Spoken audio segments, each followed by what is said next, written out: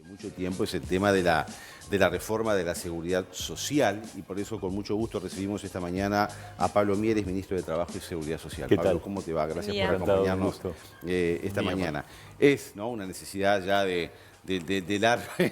viene de largo aliento y que de alguna manera debería de lograr el consenso de todos los sectores, luego de un diagnóstico justamente de necesidad, ¿no? Y tú decías que, bueno, el proyecto no solamente es un proyecto que es del presidente, sino que de alguna manera toda la coalición, por más que está empezando a analizarla por separado este anteproyecto esta semana, digo, hay obviamente una apuesta en común, ¿no? Sí. O todavía quedan algunas... Una apuesta en común, Daniel. Pero desde desde la coalición. Pero te estoy diciendo. que bueno, no, bueno, la coalición sí. Desde la coalición, te estoy dando de la coalición. Pero, ¿sabes lo que?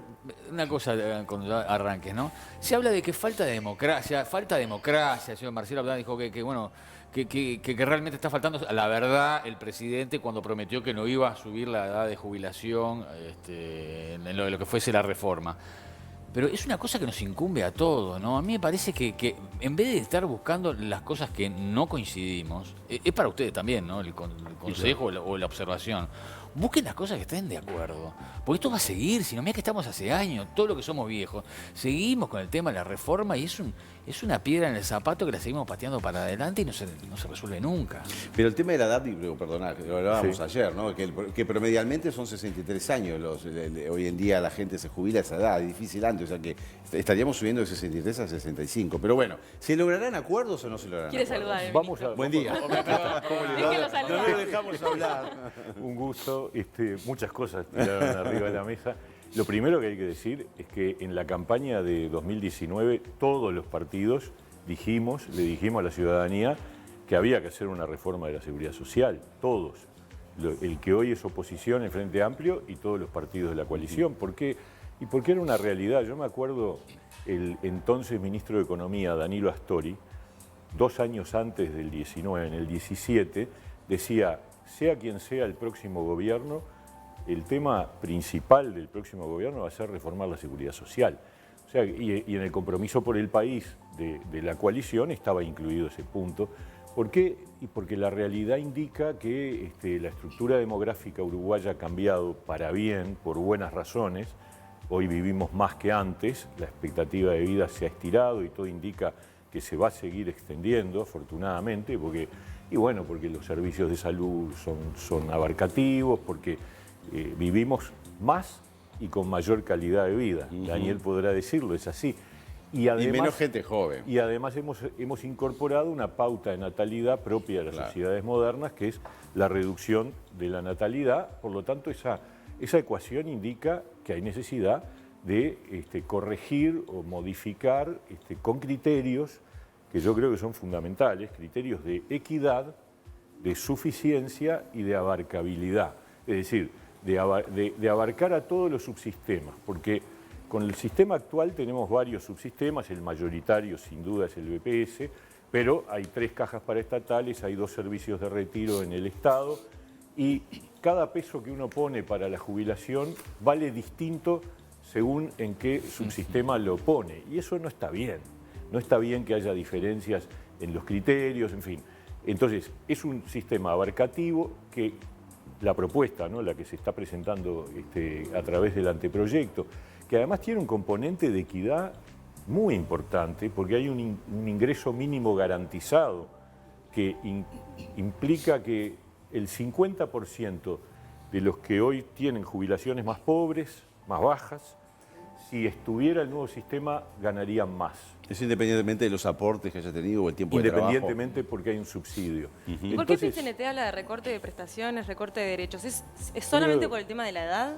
Jimena, la verdad, mi impresión Porque nosotros lo escuchamos y la verdad que preocupa al que está es más, que el que se precipita, se precipita. Es decir, se apuraron a salir. Es más, yo el viernes le planteé al PCNT que el jueves a las 4 de la tarde los recibimos para explicarles el anteproyecto a través de Saldain, que es el que ha liderado todo esto, y pidiéndoles que esperaran a la reunión del jueves para tener una imagen más completa. Y salieron apurados, apurados y con el hacha. No está bueno, me parece me parece que se equivocan, porque además se equivocaron en el análisis. Decir que es un proyecto que recorta derechos, cuando acabo de decir que la mitad más pobre de los jubilados con este proyecto, si se aplicara, porque es cierto que ahora está en discusión cada partido, incluso los de la coalición, tenemos que analizarlo. Es un proyecto muy extenso, tiene 300 artículos, por lo tanto es muy probable que haya ajustes aquí o allá, pero la gran línea, que es la que además se trabajó en una comisión de expertos donde hubo representantes de todos los partidos, también del PIT-CNT, que discutieron durante un año, primero el diagnóstico, luego las propuestas. Hubo un diálogo social como nunca antes había habido, porque eso también es un error de análisis de parte del PIT-CNT hablar de que no se dialogó. Se dialogó a tal punto que el PIT-CNT tenía un representante en la comisión de expertos y que fue recibido en más de una oportunidad en un diálogo con la comisión de expertos, pero se recibieron decenas y decenas de grupos, organizaciones, de todo tipo, hasta comisiones barriales fueron recibidos por la comisión de expertos. Todo el que pidió una reunión fue recibido y a partir de allí se incorporaron los elementos que terminan en unas recomendaciones que se presentaron a fines del año pasado, donde lamentablemente los representantes del Frente Amplio no la firmaron, no compartieron, tuvieron una postura crítica con respecto a las recomendaciones, pero ahora, ayer el Frente anunció que empezaba a analizar el proyecto. Yo tengo la esperanza, la verdad, cuando uno habla... ¿Cómo te parece que sale, Pablo? A ver, yo lo que digo es necesario. Sí. También digo, es necesario lograr niveles de consenso muy amplios, claro. Ojalá los más amplios posibles. Pues reformar la seguridad social es un evento que genera efectos de larga duración. ¿Peligra la sostenibilidad del sistema si no se logra una reforma? En el mediano plazo, claro. Sí, ahora en lo inmediato, obviamente el sistema tiene tranquilidad en el sentido, no así alguno de los subsistemas, hay dos en particular que están necesitando correcciones rápidas, y por eso hay que separarlo de la reforma, el caso de la caja de profesionales y el caso de la caja bancaria.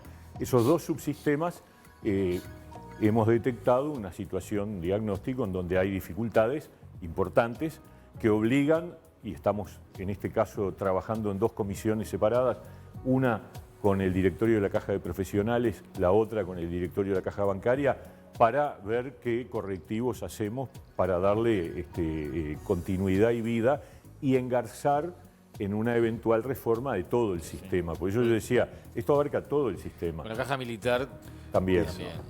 También. No, y eso es otra cosa que ayer el PIT-CNT, por apurarse, dijo mal. Dijo que no incluía, que querían ver el tema de la caja militar está incluida. Parece que lo que más molesta al PIT-CNT es el aumento de la edad jubilatoria. Fue una promesa de campaña que no se cumplió. ¿Es posible que esto se pueda rever en este anteproyecto? Y aparte te consulto, ¿quiénes sí podrían, con el caso de aprobarse, quiénes sí podrían jubilarse a los 60 años? Porque hay excepciones. Sí, hay sectores que están bonificados, que computan más años, por cada año de trabajo computan con alguna característica, algunos es 3x2, otros es 6x5, son variados los regímenes, pero eso se mantiene todo igual y además se construcción anuncia, y rurales, ¿no? Exacto, puestos de trabajo de la construcción y del sector rural que tienen, por lo tanto, características físicas que llevan a que desde el punto de vista físico sea más difícil continuar trabajando hasta los 65, y otros que podrán ocurrir, porque también en el anteproyecto se crea una comisión que va a estudiar las situaciones. Ayer decía Saldain, la gente de ACE, de la FUS en realidad, del Sindicato de la Salud, lo llamó para preguntar si ellos estaban incluidos. Es un tema que hay que analizar. También no es por sector, yo creo que esta es una cuestión interesante. No es por sector porque dentro de un sector de actividad hay muchos roles distintos y no es lo mismo la persona que está en un rol más directamente en la salud atrás de un escritorio o en la salud en un mecanismo de acción diferente. Exactamente. Por lo tanto, tiene que estar en función de puestos de trabajo. Son todas cosas que hay que discutir, que el anteproyecto es realmente un anteproyecto. no es un proyecto de ley que se mandó al Parlamento, es un anteproyecto que está en análisis por todos los partidos y el jueves se lo vamos a entregar a las cámaras empresariales y al PIT-CNT, y va a haber un tiempo en donde esto va a recibir muchos aportes con la idea de que pero las reglas generales es darle sostenibilidad financiera, pero con equidad social. Esto es muy importante porque además lo impulsó el representante del Partido Independiente en la Comisión de Expertos, Álvaro Forteza, que es la idea del ingreso mínimo garantizado. Que una persona habrá trabajado más, menos, pero a cierta edad, a los 65 años, se le complementa su cálculo jubilatorio con un subsidio que implica entonces que ese 50% más débil va a recibir, si tuviéramos la comparación con las jubilaciones de hoy, mejoras. Algunas más chicas, otras un poco más altas. ¿Qué porcentaje sería eso? Depende, porque varía de cuánto aporte tuvo, de qué edad, a qué edad se jubila finalmente. Y lo que ustedes decían, ¿es verdad que la edad jubilatoria promedio en Uruguay es...? ¿Tienen datos ustedes al respecto? Claro. Una cosa es lo que se dice, pero ¿cuántas promedio. personas realmente se jubilan hoy en día a los 60 años? ¿O extienden su actividad? Yo no tengo el dato de cuántos a cada edad, pero el promedio, sí sé que el promedio es 62 años y medio. Bien. Por supuesto, hay gente que se jubila a los 60, apenas cumple 60, otros que la van demorando un poco y otros que siguen de largo. Y el promedio es 62 y medio, o sea que no estamos tan lejos de la edad efectiva de la que se está planteando. Claro, lo que pasa pero que además no es para, ojo, no es para las personas que hoy tienen causal jubilatoria, ni tampoco para los que hoy tienen 55, o en el momento que se vote la reforma tengan 55.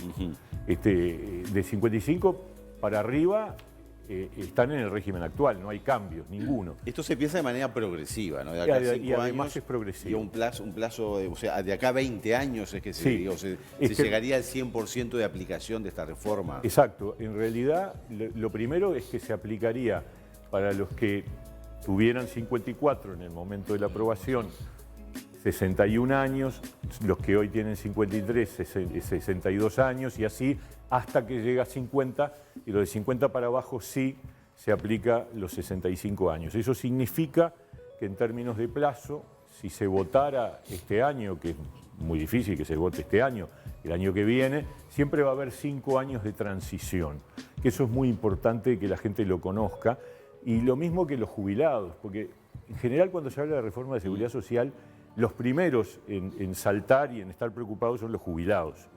¿Por qué? Porque son los que entienden que son los destinatarios. No, justamente, los jubilados son los que están fuera de los efectos de cualquier reforma. El jubilado ya tiene sus derechos adquiridos y no hay afectación ninguna. Sí, bueno, según Murro dice que perdieron en estos 2 últimos años entre un 2 y un 3% de su poder adquisitivo gracias a los ajustes que no se hicieron, ¿no? Bueno, a ver, lo que ocurre también, y Murro lo sabe bien, no tiene nada que ver con la reforma de seguridad social, tiene que ver con la evolución de los salarios.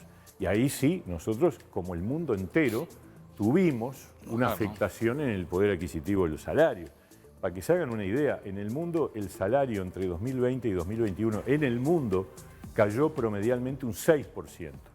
En Uruguay no llegamos a ese nivel, salvo algún sector muy pero muy afectado, como los restaurantes, los hoteles, etc. Pero en general la caída del salario real estuvo muy por debajo de eso y obviamente al caer el salario real, que ya está en proceso de recuperación, yo creo que este año vamos a empezar a ver, al final del año, la recuperación del poder adquisitivo en proceso gradualmente, impacta sobre las jubilaciones, porque las jubilaciones se manejan con el índice medio de salarios, es decir, los aumentos de las jubilaciones, que dicho sea de paso en estos días cobran los jubilados un adelanto a cuenta de 3%, que se agrega al 6% que se cobró en enero, con lo cual yo diría a partir de ahora la inflación anual está cubierta porque tenemos un acumulado de un 9% de incremento de las jubilaciones, vale decirlo, también de los salarios públicos de un 2%, a partir del mes de agosto se cobra julio, y de la mayoría de los trabajadores privados que tuvieron un correctivo por inflación a partir del 1 de julio, que son alrededor de unos entre 400 y 500 mil trabajadores privados. O sea, la recuperación salarial que que el gobierno tiene marcado como un objetivo está en curso. La presión es ir corriendo un poco de atrás a la inflación, ¿no? Justamente, O sea, en el momento que apostamos a recuperar el salario, se aceleró la inflación en el mundo entero, ¿no? No solo en Uruguay. Algunos buscando cálculos, para que tengan una idea, Estados Unidos y España, que siempre estuvieron en 2-3% de inflación, hoy tienen la inflación que tenemos nosotros, 8-9%. Es una cosa brutal, es mundial, es el efecto de una guerra en Europa que está impactando en los precios de los alimentos, de la energía, del petróleo, etc. Y nosotros no podemos estar ajenos a eso, pero tuvimos el reflejo de hacer un aumento en julio para compensar el incremento de la inflación. Y eso es lo que está ocurriendo en este momento. O sea, este mes estamos generando el efecto de alguna manera responder al incremento inflacionario con un aumento salarial que algunos economistas nos cuestionaron porque dicen que eso puede a su vez empujar la inflación hacia arriba, pero había que responder a la gente que está viviendo. Ahora yo diría que la inflación se ha moderado en Uruguay, está de hace 3 meses en un nivel calculado anualmente más tranquilo, pero era necesario que el poder adquisitivo para las pasividades, mejorara. no para las AFAP, ¿no? Es para las jubilaciones y pensiones a partir del 1 de julio que se está cobrando ahora.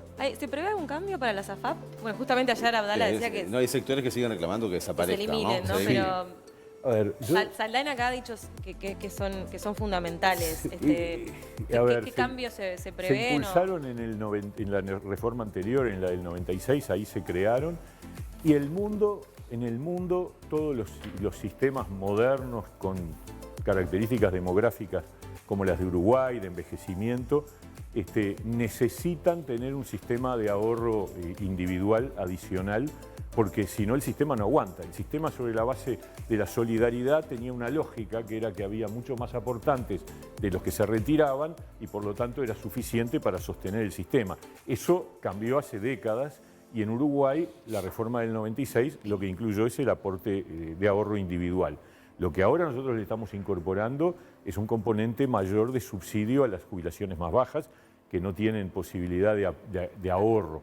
Y eso es un componente de equidad muy, muy importante que se incorpora en esta reforma y que yo pensé que el PIT-CNT se iba a dar cuenta y lo iba a reconocer, porque yo creo que ellos deberían estar de acuerdo con que las jubilaciones más bajas estén mejor digamos, respondidas.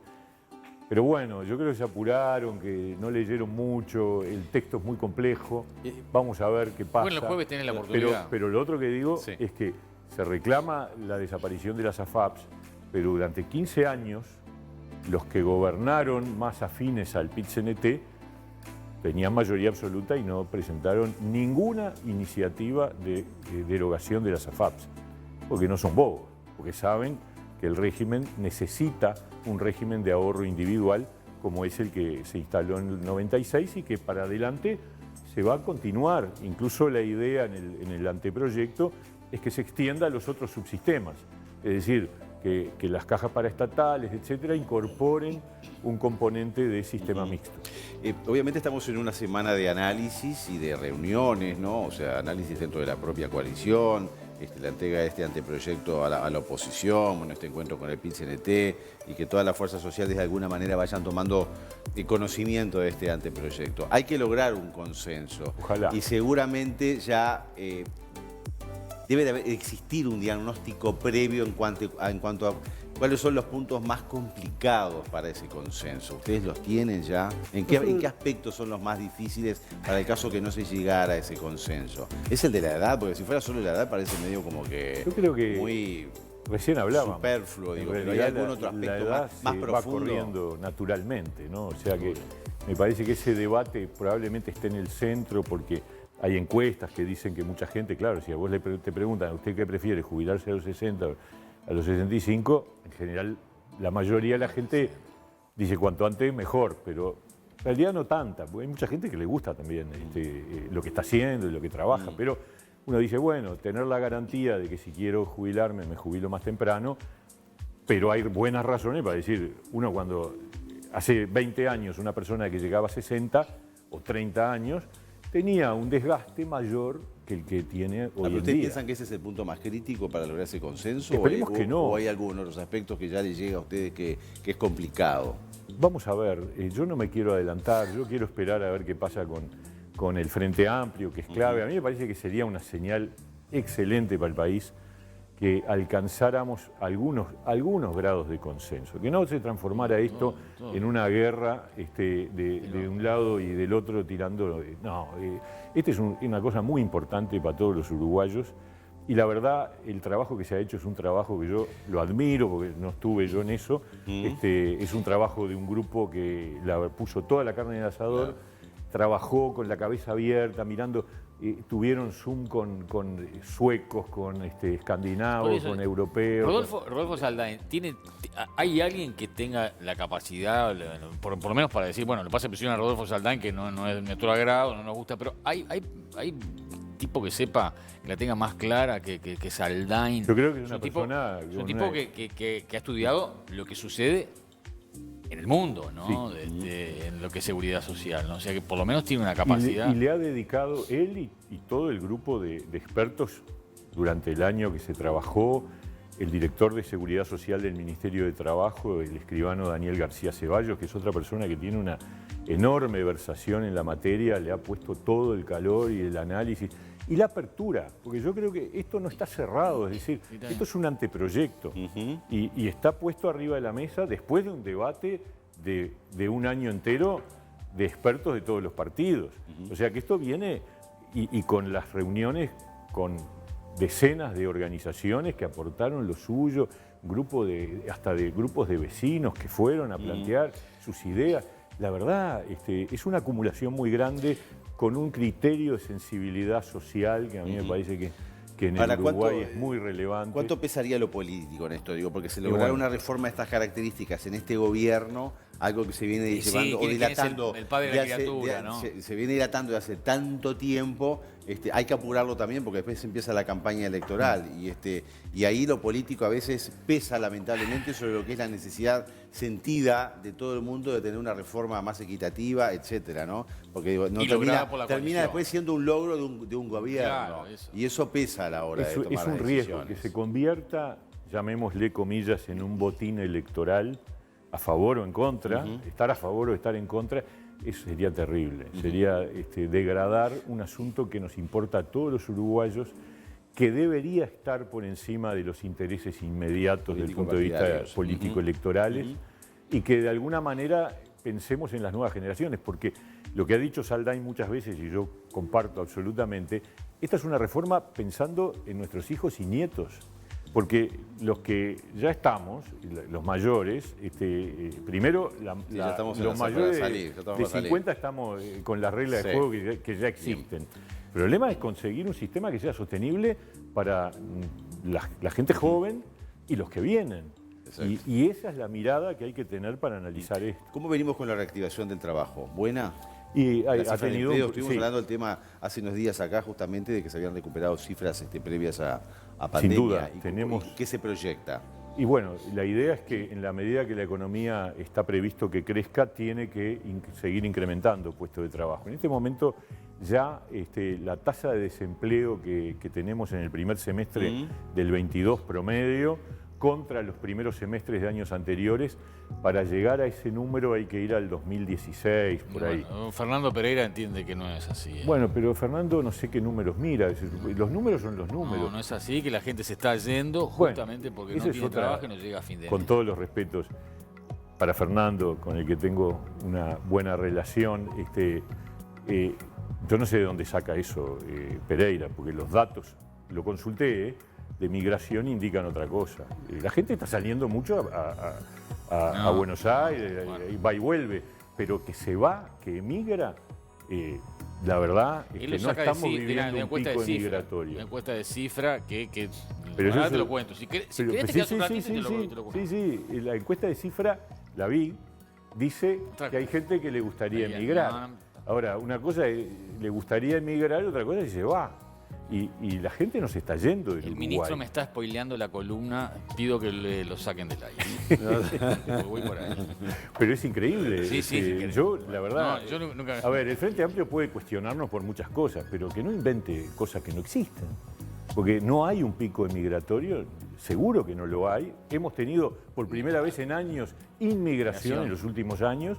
O sea, el Uruguay ha recibido corrientes inmigratorias, por algo será, de algunos países que suelen ser de simpatía del partido de Fernando Pereira y que sin embargo se vienen para acá, Cuba, Venezuela, en fin. Yo qué sé, cada uno sabrá cómo explicar las cosas, pero Bien. bajemos la pelota. Yo estoy usando últimamente mucho una frase del general Seregni, que era una figura que yo le tengo enorme respeto y admiración, que decía, para bajar a la realidad, los hechos son porfiados. Y yo creo, con todos los respetos, que Fernando tendría que recordar esa frase y antes de lanzar afirmaciones de ese tipo, recordar que los hechos son porfiados y que resisten cosas que no se sostienen con la realidad.